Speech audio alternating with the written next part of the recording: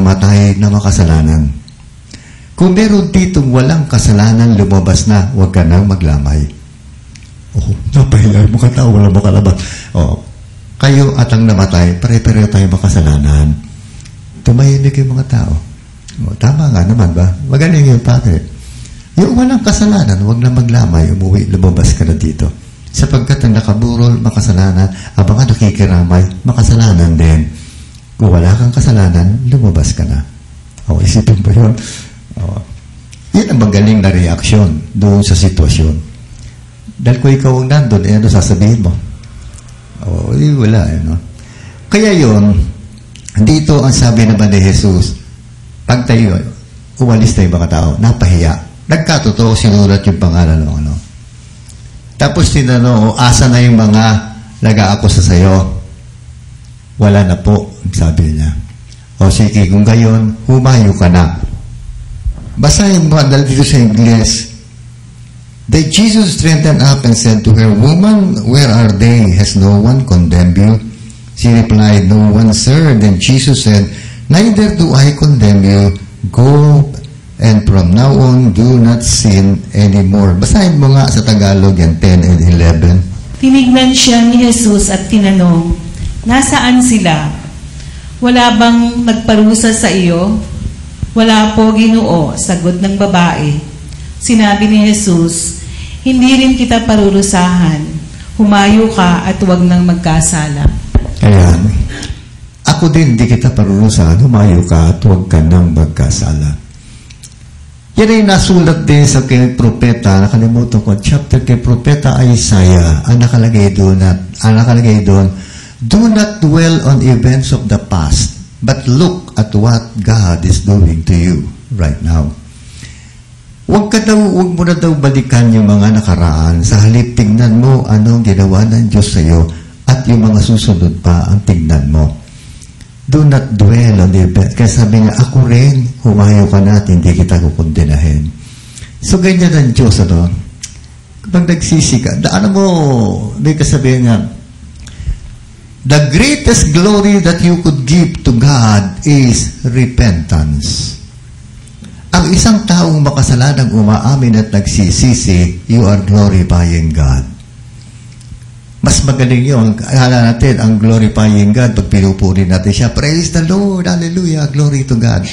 The greatest glory that you could give, sabihin mo, Lord, makasalanan po ako, nagsisisi ako, patawarin niyo ako, the greatest glory that you could give to God. Huwag tapos doon, pinatawad ka, kalibutan mo na yun. Huwag mo nang babalik-balikan pa. No? Yung iba, pabalik-balik eh. Pinatawad na, balik na naman. Sama, okay. May mga taong gano'n. Kahit ikinumpisan lang kasalanan na. After 1 week lang, uulitin na naman. No? Paulit-ulit yung kasalanan. Ang hirap bagay, humanly speaking, mahina pa tayo. Hindi natin kaya. Pero alam ko, sa ating mga Katoliko, meron tayo Eucharistia. Katawan ni Kristo. Noong araw, naalala ko, may nag-advise sa aking pare niyan sa San Beda. Nag-aaral pa ako sa San Beda College. Sabi sa amin, ano ba ang kasalanan ng kabataan? Lahat kayo naman nagdaan sa kabataan, lalo yung mga lalaki. Ano ang kasalanan ng kabataan? Yung common sin ng youth. Ang common sin ng youth, kung ginagawa mo yan, i-confess mo, ang tawag dyan, self-abuse. Sa bulgar na salita, masturbation. Ngayon, sabi, ang bata hindi maiwasan yan, lalo yung mga teenager.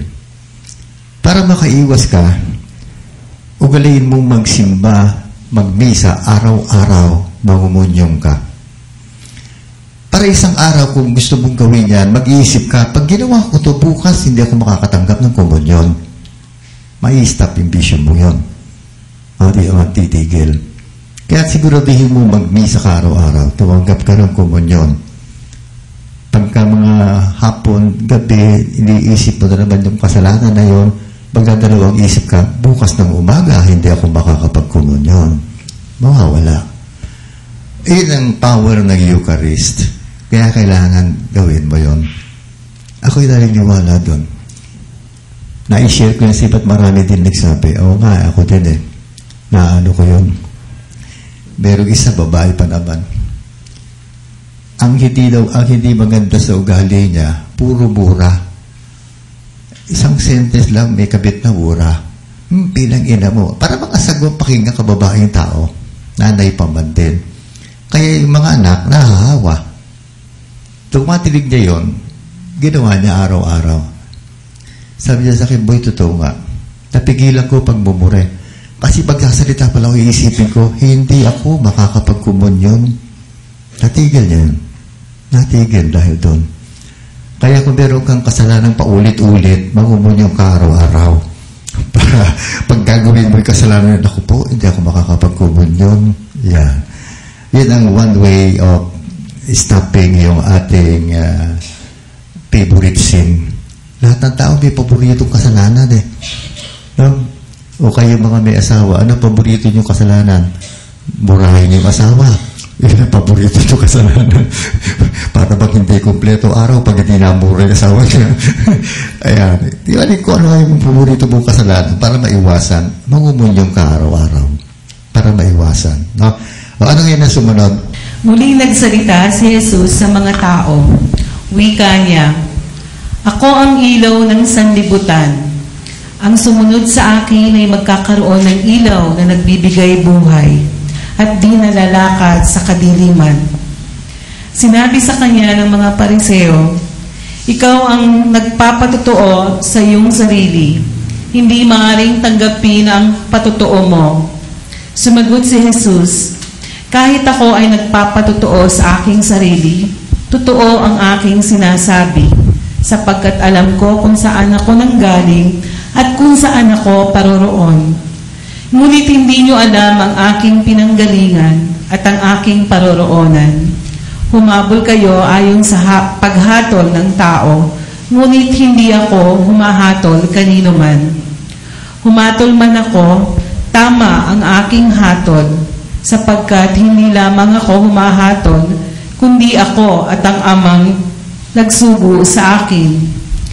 Nasusulat sa inyong kautusan na dapat tanggapin ang patotoo ng dalawang tao.